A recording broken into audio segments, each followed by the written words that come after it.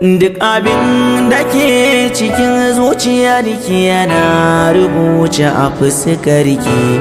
Na yi so kala-kala amma baya kalar naki.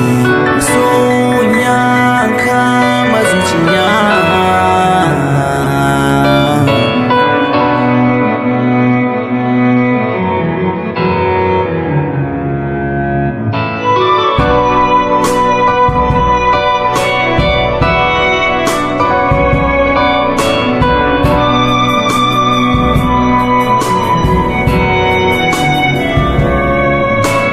Rayuwa babu ke kunkoce, idan babu ke zan zauce. Kare ki manta da ni, rayu da ni har zuwa numfashin ƙarshe.